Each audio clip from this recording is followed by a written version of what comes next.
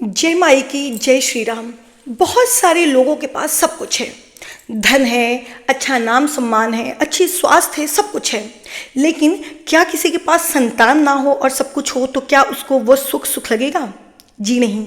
हम सब कुछ इतना मेहनत करते हैं सभी लोग, किस लिए? कि हमारा परिवार और हमारा संतान, हमारा कुल वंश आगे बढ़ता रहे।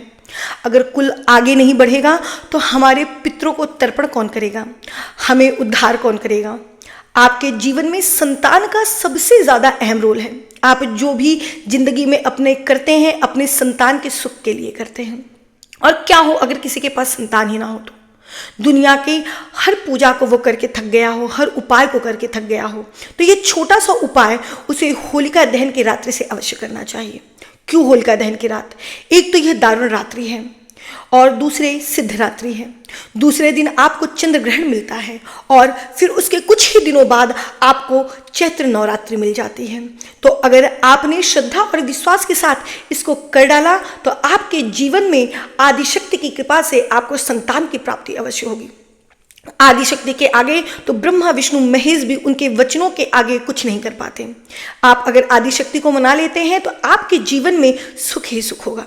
हर चीज इतनी ज्यादा मात्रा में आपको मिलेगी कि आपने सोचा ही नहीं होगा कि क्या मेरी किस्मत में इतनी भी सारी चीजें हैं। सिर्फ एक श्रद्धा विश्वास और वो भाव माता के लिए जरूर होना चाहिए। अगर आपको संतान नहीं है तो आपको होलिका दहन की रात्रि से लेकर अगर आप एक मंडल 41 दिन तक ये पूजा कर देते हैं तो बहुत ही ज़्यादा शुभ होता है। और अगर आप नहीं भी कर पाते हैं तो आप होलिका की रात्रि को चंद्र ग्रहण में और नवरात्रि में इसको अवश्य कीजिए।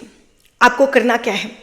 आपको पति और पत्नी को संयम पूर्वक सात्विकता के साथ ब्रह्मचर्य का पालन करते हुए आपको एक मंडल या आपको इन दिनों में आपको वंश वृद्धि आदिशक्ति दुर्गा देवी का कवच करना है। लेकिन इसके पहले आपको जो पूजा के नियम होते हैं उनको जरूर फॉलो करना है। आपको आचमन पवित्री, अपने आसन को शुद्ध करना, आपको अपने शिखा का बंधन करना, ये सारी चीज़ें कर लेनी है। उसके बाद पति पत्नी को साथ अपने अपने आसन पर बैठकर सबसे पहले आपको गणपति का गणेश का ध्यान करना है।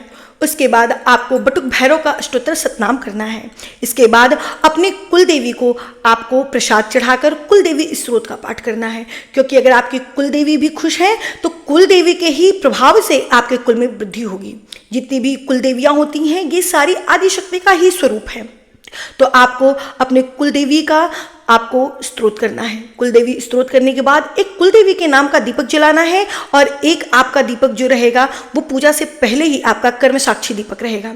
इसके बाद आपको पंचोपचार या षोडशोपचार जैसा भी आप पूजन करना चाहते हैं वैसा आपको पूजन करने के बाद माता का श्रृंगार करना है। और माता का श्रृंगार करते हुए माता से प्रार्थना करनी है कि माता हमारे वंश की वृद्धि कीजिए। माता को माखन मिश्री का भोग लगाएं और माखन मिश्री का भोग लगाने के बाद माता के सामने आपको वंश वृद्धि दुर्गा कवच का पाठ करना चाहिए।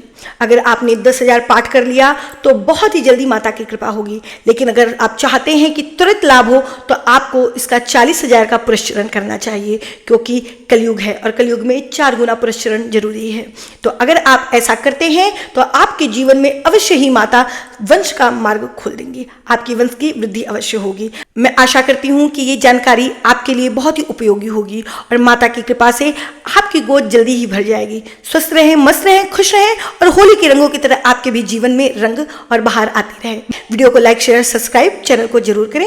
मिलते हैं फिर अगली वीडियो में, तब तक के लिए हर हर महादेव।